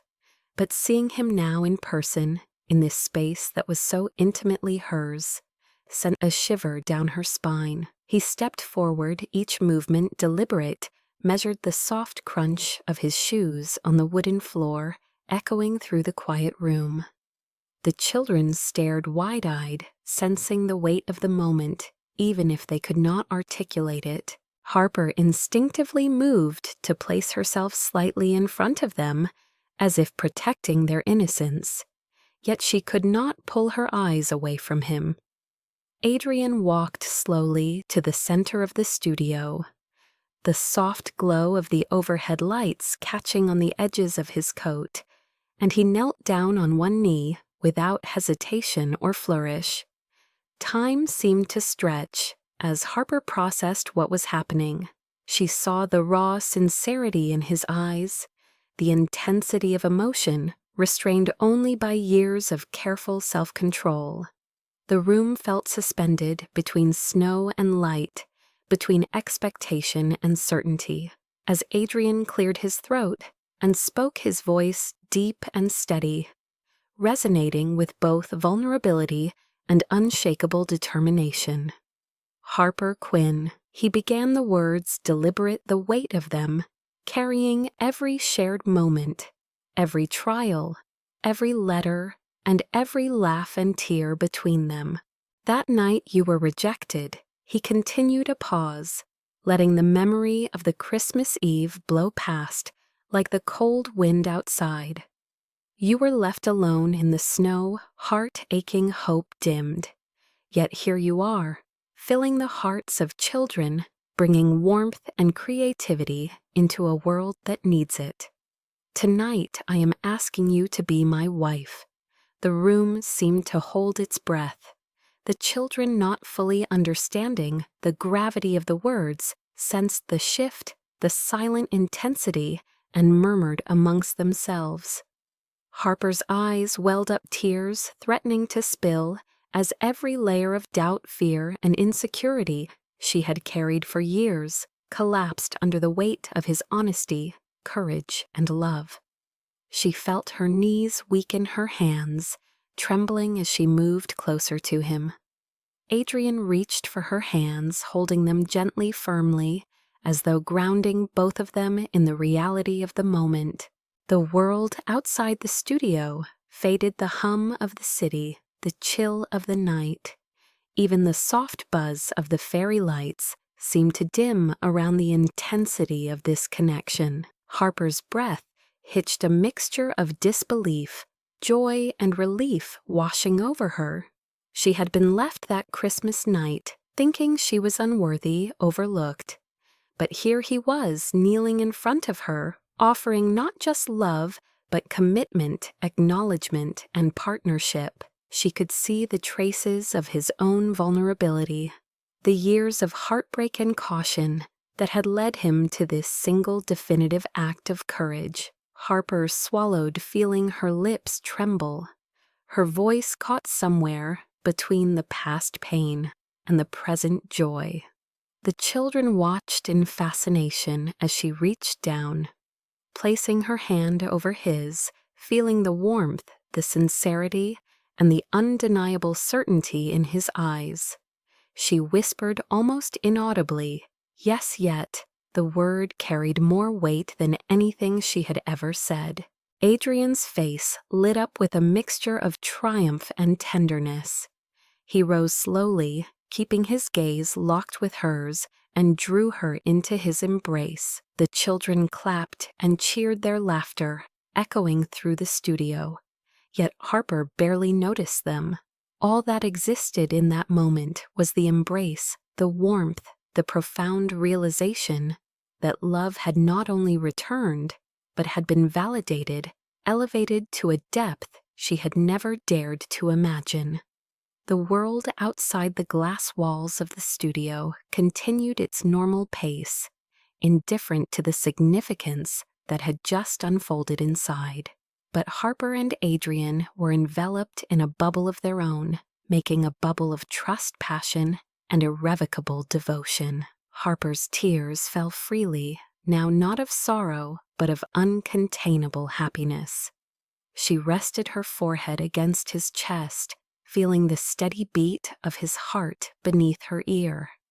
Each thump a reminder that she was seen, loved, and cherished without conditions or reservations. Adrian held her close, his hands firm yet tender, whispering promises that were as real as the snowy night outside, promises of loyalty, partnership, and a future built together.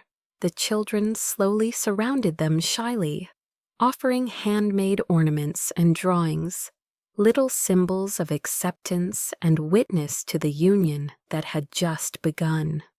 Harper smiled through her tears, looking up at Adrian, seeing not just a partner, but a man who had fought for love, who had proven his devotion, and who now stood as a testament to what it meant to truly care for someone beyond the superficial, beyond wealth, beyond status, and beyond fear. Adrian's lips brushed against hers in a soft, lingering kiss, sealing the moment, confirming the promise of a lifetime.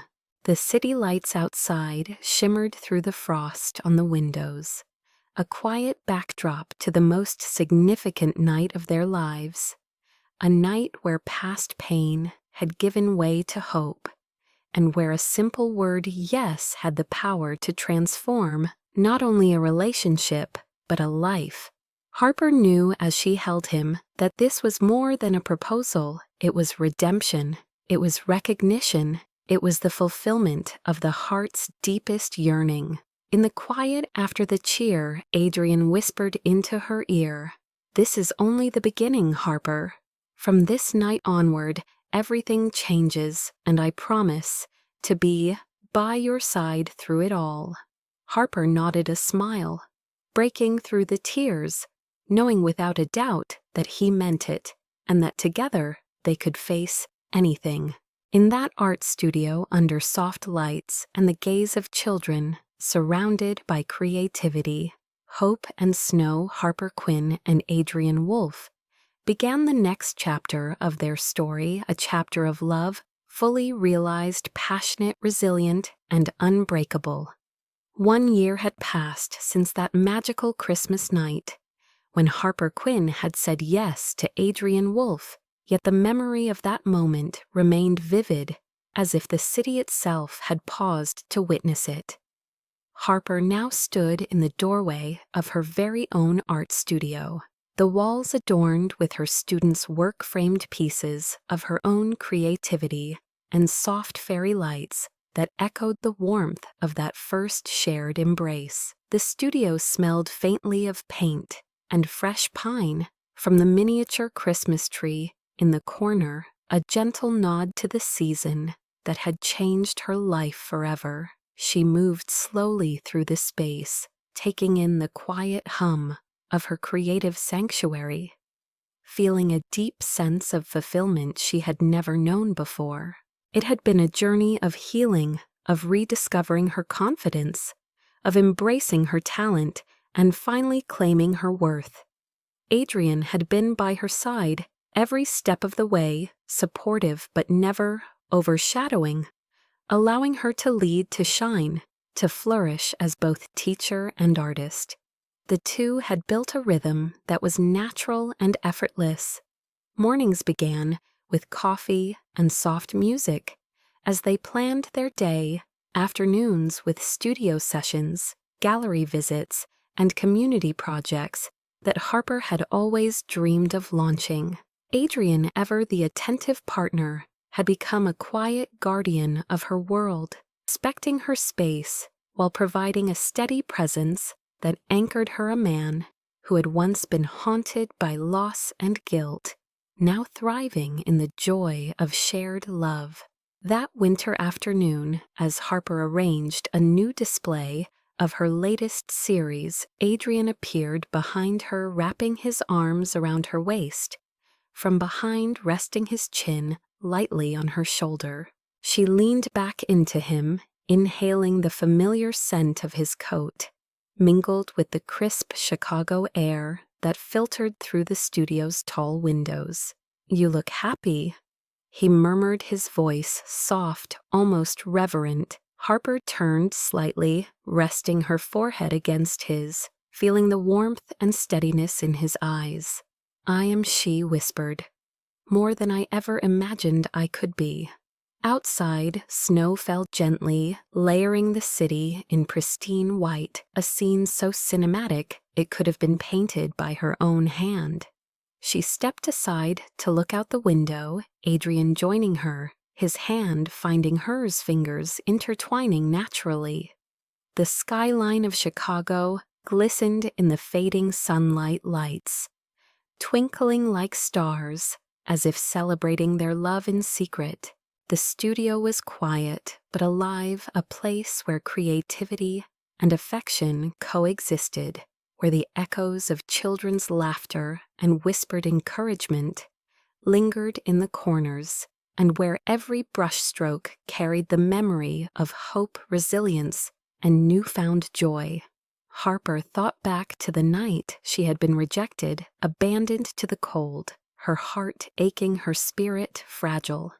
How strange and miraculous it seemed that all of that pain had led her to this very moment, to a life richer than she had dared to dream. Adrian squeezed her hand gently, sensing her thoughts, and pressed a soft kiss to her temple. "We've come a long way," he said, a quiet acknowledgement of the obstacles, misunderstandings, and fears they had overcome.